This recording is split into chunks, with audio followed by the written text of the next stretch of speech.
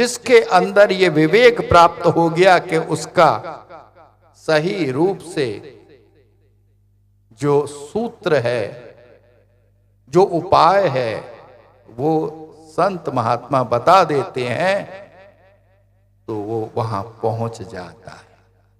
संत महात्मा क्या देते हैं? जो 3 ताप हैं उनसे कैसे बचा जाए या वो पैदा ही ना हो, और हो जाए किसी कर्मवश तो उसको कैसे निर्मूल कर दिया जाए। इस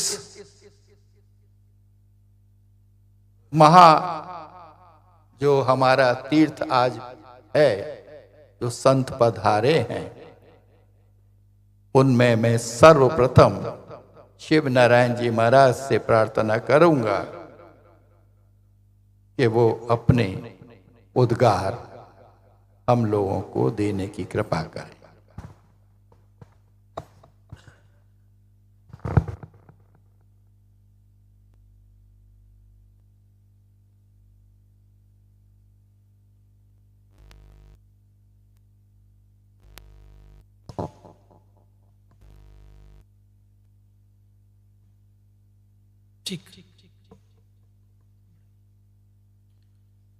बोलिए प्रेम से श्री सद्गुरु महाराज की जय।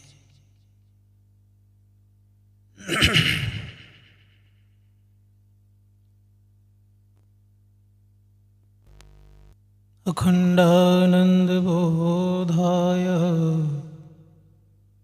शिष्य संतापहारिणे सच्चिदानंद रूपाय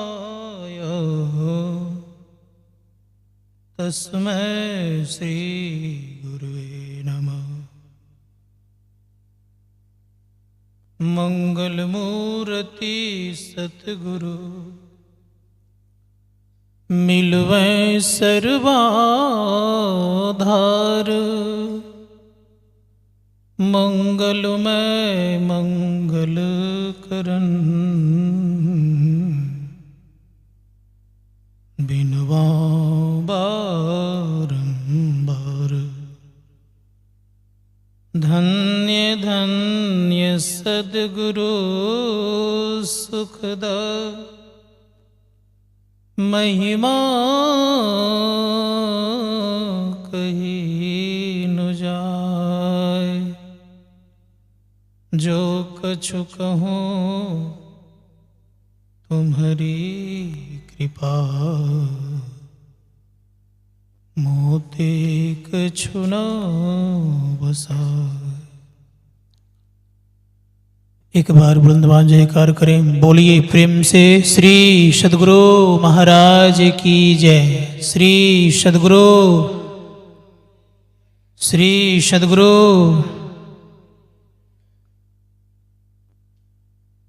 प्रातः स्मरणीय अनंत विभूषित परमाराध्य सद्गुरुद्वय के पावन श्री चरणों में कोटि से नमन।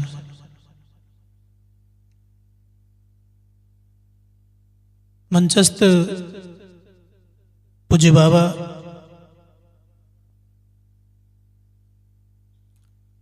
स्वामी गंगाधर जी महाराज,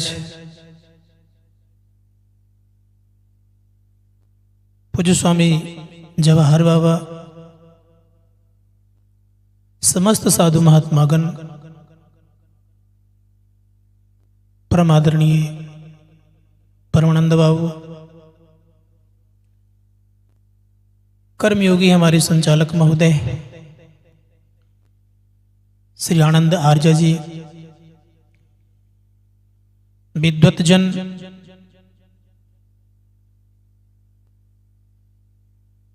संवेद समादरणीय सज्जनवृंद, आदरणीय माताओं तथा भक्तिमती बहनों, आज का प्रतिपाद्य विषय है ईश्वर स्वरूप के संबंध में।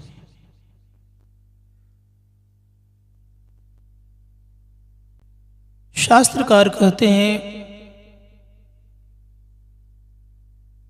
कि हम आप जिसको ईश्वर मान रहे हैं, इसमें ईश्वर विद्यमान है अवश्य,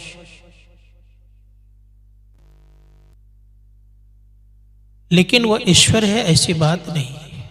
जैसे उदाहरण रूप में आप ले लीजिए, प्रतिमा में ईश्वर है, प्रतिमा ईश्वर नहीं है।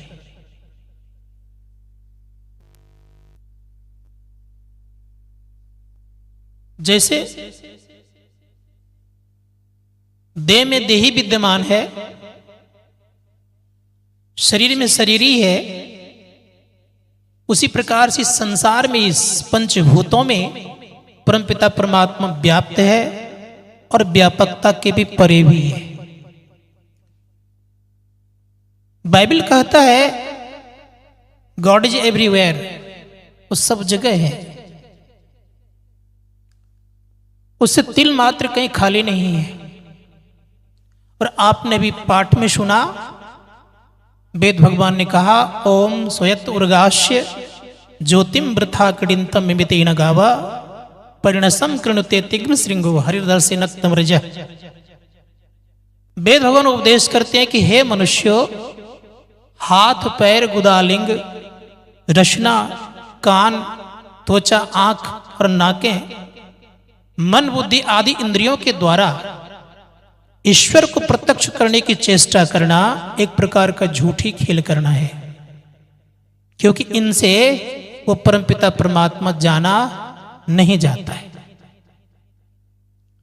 और हम लोगों ने क्या सोचा है, आज से नहीं सदियों से,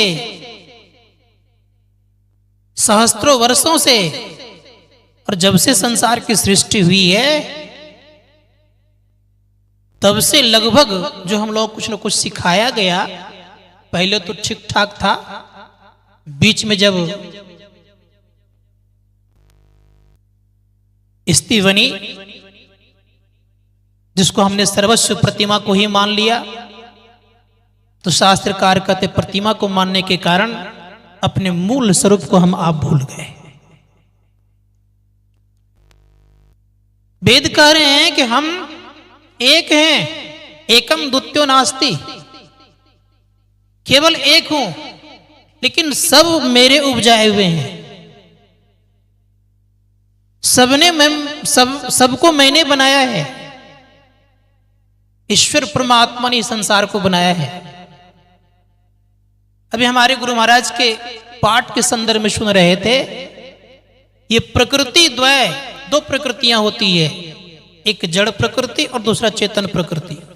चेतन प्रकृति के रूप में हम आप हैं, अर्थात जो हमारे अंदर में रूह है, जिसको आत्मा कहते हैं, जिसको सोल कहते हैं, वो चेतन रूप में है और शरीर जड़ रूप में है। तो हमारे गुरुदेव कहते हैं ये प्रकृति द्वय उत्पत्ति लय होवे प्रभु की मौज से। ये दोनों जो प्रकृति बनी हुई है ये परमात्मा की मौज से है। इसलिए संत महात्मा गण का अगर हम आप विचार करके देखेंगे तो पाएंगे यह कि दोनों प्रकृति परमात्मा के मौज से तो बनी ही है, लय भी उन्हीं के मौज से भी होगी, बनी भी उनके मौज से है और लय भी उन्हीं के मौज से होगी। तो हम आपको ये जानना होगा कि ईश्वर है क्या। संत कबीर साहब ने कहा वो सबसे बड़ा है, बड़ा ते बड़ा, छोट ते छोटा, वो सबसे छोटा भी है। हम आपके अंदर में जो ब्लड है, इसको खून कहते हैं, उस ब्लड के अंदर में जो कीड़ा है, जिसको हम जीवाणु कहते हैं, उसके भीतर भी परमात्मा निवास करते हैं। लेकिन उस कीड़े के भीतर में भी 4 जड़ शरीर है।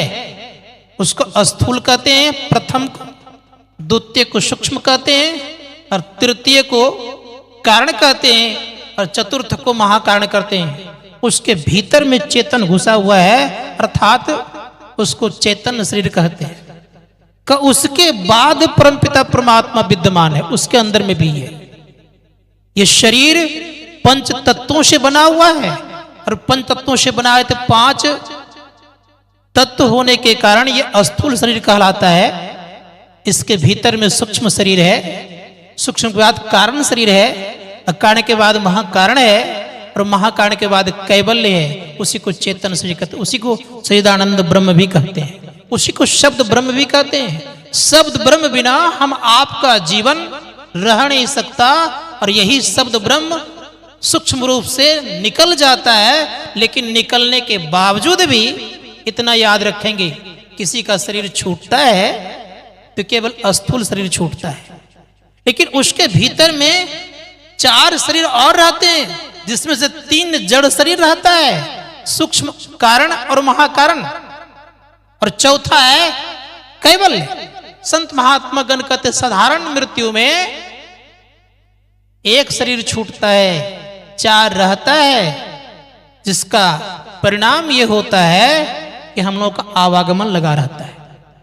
आवागमन क्या है? ये सबसे बड़ा दुख है। तो संत कहते हैं कि हम आप जो परमात्मा को जानते हैं मन से जानते हैं। और आपने सुना अभी पाठ में केनोपनिषद के ऋषि कहते हैं कि यन मनसा न मनुते एना हुर्मनो मतम तदेव ब्रह्म तम विद्धि नदमिदिम उपासते। जो हम मन से मनन करते हैं वो ईश्वर नहीं है, जिनके द्वारा मनन किया जाता है उसे हम ईश्वर कहते हैं। अर्थात इसको इस प्रकार से हम आप जाने कि जैसे इस संचालित करने वाले संसार को कोई न कोई है, तो कौन है? वो परमात्मा है। उसी प्रकार से मन को संचालित करने वाला कोई न कोई है, वो परमात्मा। इसलिए कहा जिसके द्वारा मनन किया जाता है उसे हम ईश्वर कहते हैं। मन से मन किया हुआ ईश्वर नहीं है, जिनके द्वारा मन संचालित होते हैं। संत महात्मा गण का तो उस ईश्वर को कैसे हम जानेंगे? कहा उस ईश्वर को जानने के लिए हमारी कोई भी इंद्रियां सक्षम नहीं है। जैसे दीवाल घड़ी टंगी हुई हो और हाथ की घड़ी हो, दीवाल की घड़ी के जो कल पुर्जे हैं और हाथ की घड़ी के जो कल पुर्जे हैं लगभग सेम है। अंतर इतना है वो मोटे मोटे हैं, ये पतले पतले हैं। लेकिन अगर हम दीवाल की घड़ी की कल पुर्जा को खोलने के लिए अगर हाथ वाले यंत्र के द्वारा, हाथ वाली घड़ी के यंत्र के द्वारा खोलेंगे तो नहीं खोल सकते हैं। उसके लिए सूक्ष्म यंत्र ही चाहिए। उसी प्रकार संत महात्मा गण का तो परमात्मा को जानने के लिए कौन सक्षम होगा? तो कहा संसार में कोई भी इंद्रियां लेकर के सक्षम नहीं हो सकते। न मन सक्षम है, न बुद्धि सक्षम है, न चित्त सक्षम है, न अहंकार सक्षम है। और ये 10 इंद्रियां जो ऊपर का है, 5 कर्म इंद्रिय और 5 ज्ञान इंद्रिय, ये तो सक्षम है ही नहीं। अंतकरण की इंद्रियां भी सक्षम नहीं है, तब कैसे क्या होगा? तो शास्त्रकार कहते परमात्मा को जानने के लिए केवल आप सक्षम है। आपसे तात्पर्य केवल आवरण मुक्त जीवात्मा सक्षम है, बाकी को सक्षम नहीं है। जब तक हम आवरण मुक्त नहीं होंगे तब तक हम आपको परम सुख की प्राप्ति भी नहीं होगी। संत कहते हैं कि परम सुख की प्राप्ति के लिए आवरण मुक्त होना ही पड़ेगा। आवरण कितने हैं? हम लोगों ने भी कहा है कि जीवात्मा जो है 3 आवरणों के अंदर में है। पहला आवरण है अंधकार का, दूसरा आवरण है प्रकाश का, और तीसरा आवरण है शब्द का। ये 3 आवरण के कारण हम जीव कहलाते हैं। जीव अपना भी नहीं जानते कि मैं कौन हूं, न परमात्मा को जानते हैं कि मैं परमात्मा कैसा है, न ये जीव माया को जानता है। ये तीनों को नहीं जानने के कारण ये जीव कहला गया। जिस दिन अपने आप की पहचान हो जाएगी, परमात्मा की पहचान हो जाएगी, माया को भी जान लेंगे, माया उनके अधीनस्थ हो जाएंगे, होगा क्या?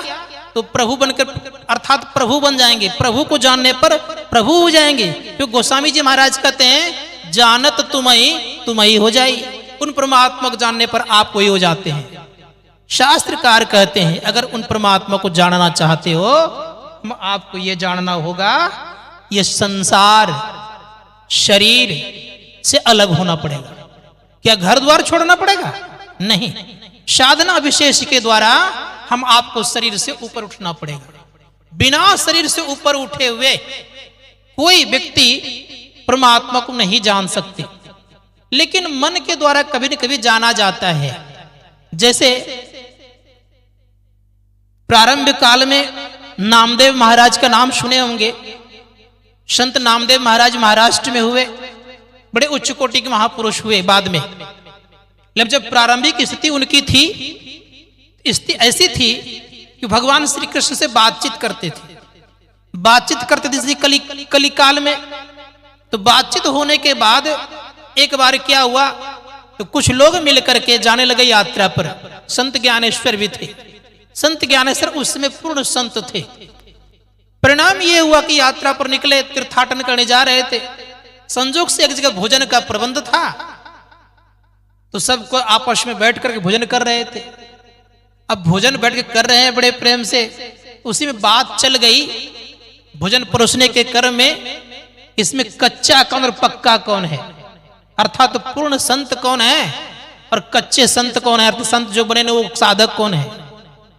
तो क्या इसमें कौन बड़ी बात है। हाथ कंगन को आरसी किया, पढ़े लिखे को फारसी किया।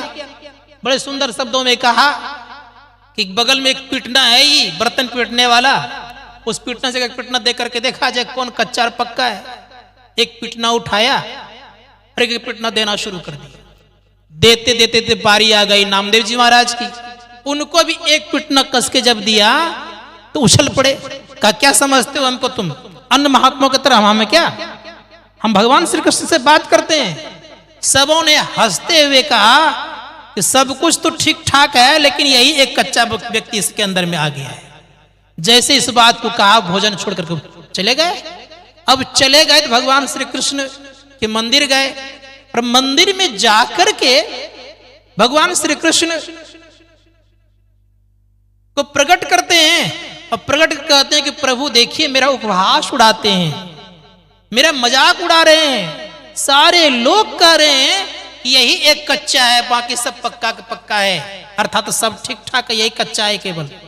जैसे इस शब्द का प्रयोग किया तो भगवान श्री कृष्ण कहते कि नामदेव वास्तव में तुम अभी कच्चे हो, क्योंकि मन से जाना गया था, मन से मूर्ति को प्रकट, अर्थात किसी को प्रकट किया गया था, अर्थात मानस ध्यान उनका ठीक बन गया था, और मानस ध्यान होने पर प्रकट हो जाता है। लेकिन वेद भगवान कह रहे हैं कि जो मन से मन किया जाता है वो ब्रह्म नहीं है। भगवान श्री कृष्ण ने विराट रूप दिखाया अर्जुन को, और विराट रूप दिखाते हुए कहा कि अर्जुन जो मेरा तुम विराट रूप देख रहे हो ये माया है, मेरा वास्तविक रूप नहीं है। और वास्तविक रूप को जाने बिना तुम्हारा परम कल्याण नहीं होगा, इसलिए वास्तविक रूप को जानने की चेष्टा और प्रयत्न करो। अब उस रूप को कैसे जानेगा। संत कबीर साहब बड़ा सुंदर खुलासा करते हैं। हमारे परम पूज्य गुरुदेव भी कहते हैं कि परमात्मा वर्णन में आने योग्य नहीं है, प्रभु वर्णन में आवे नाई, आने वाले नहीं है।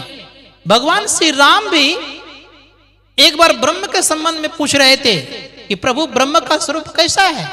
तो भगवान श्री राम ने कहा कि ब्रह्म का स्वरूप कैसा है प्रभु। जो भी उत्तर दे रहे थे चुपचाप हो गए, शांत हो गए। कई बार पूछने पर तब भगवान श्री राम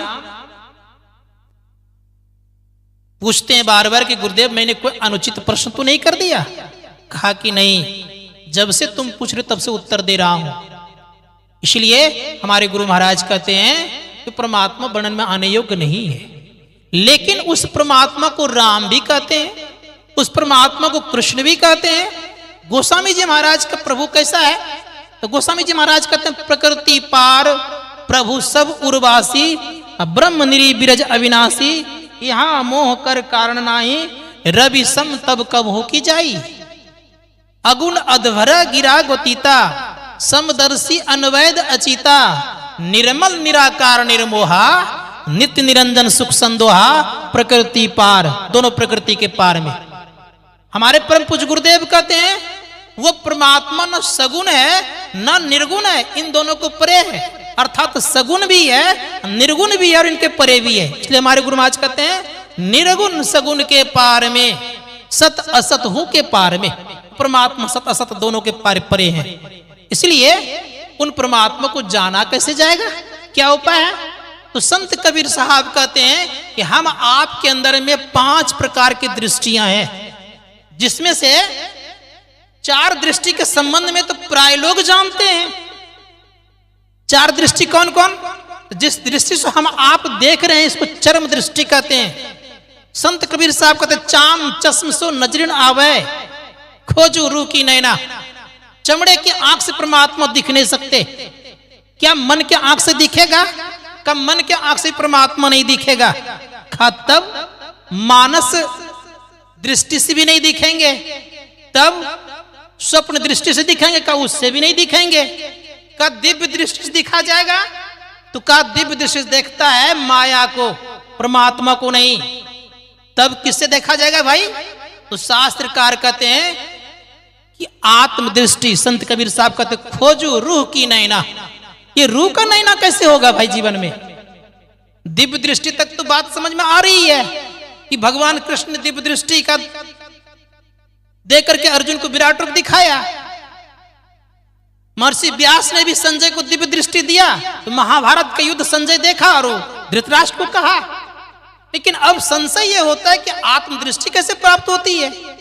तो शास्त्रकार कहते हैं कि अगर हम कुछ देर के लिए मानस जप करते हैं, जप के संबंध में कल सुन रहे थे कि 4 प्रकार के जप होते हैं, वाचिक, उपांशु, श्वास और मानस।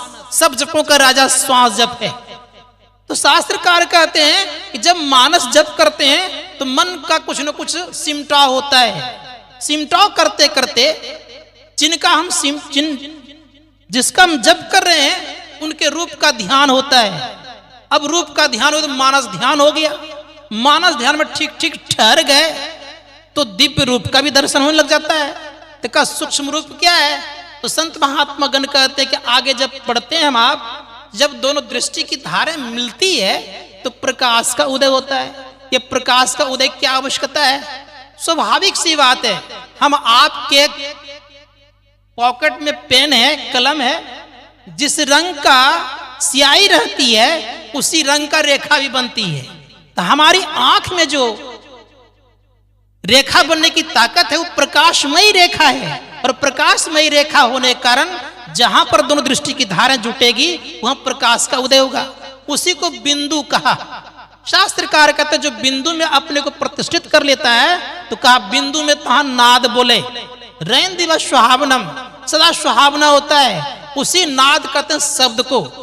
इसी को श्रीमद आदि शंकराचार्य जी महाराज ने इसकी स्तुति भी की है। उन्होंने कहा, हे नादानुसंधान, तुझे मैं बारंबार नमस्कार करता हूं क्योंकि तुम ही एक ऐसे हो जो कि विष्णु के परम पद में अपने आप को अवस्थित कराते हो।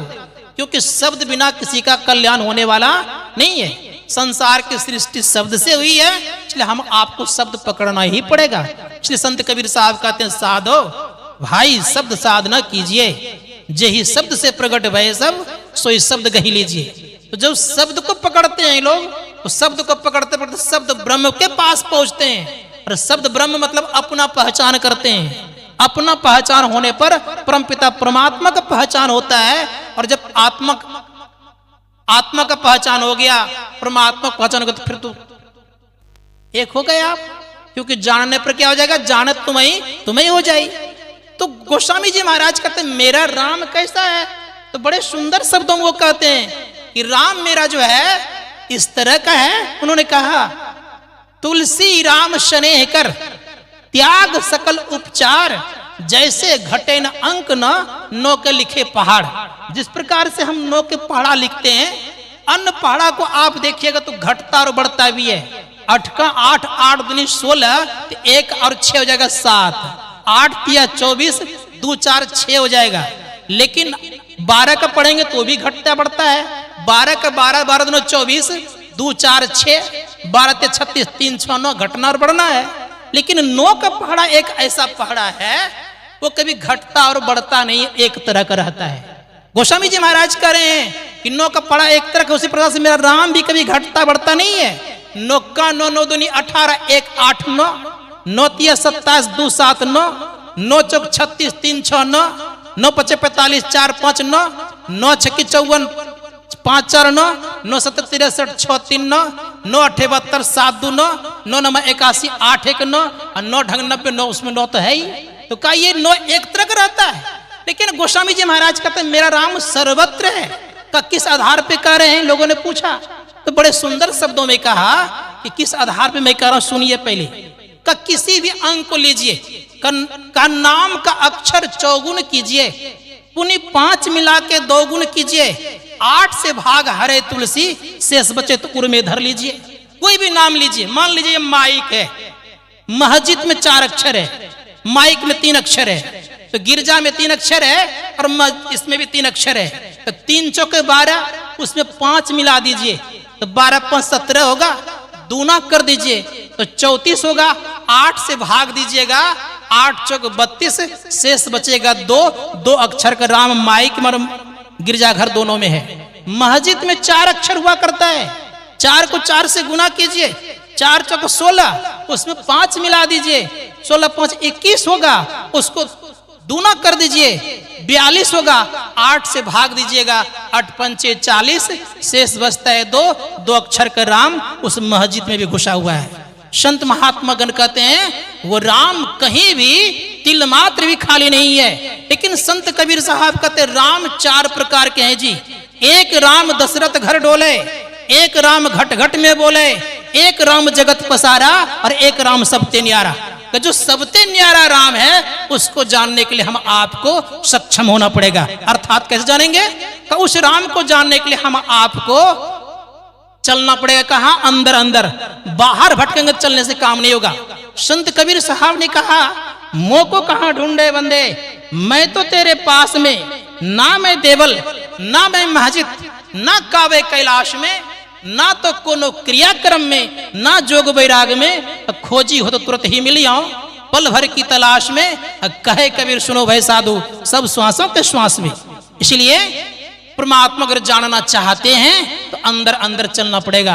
अंदर चलने का रास्ता हम आपके अंदर में संत सदगुरु के द्वारा जाना जाता है, क्योंकि जो पहुंचा है वही आपको बता सकता है, और जो पहुंचा ही नहीं है वो आपको कहां से बताएगा।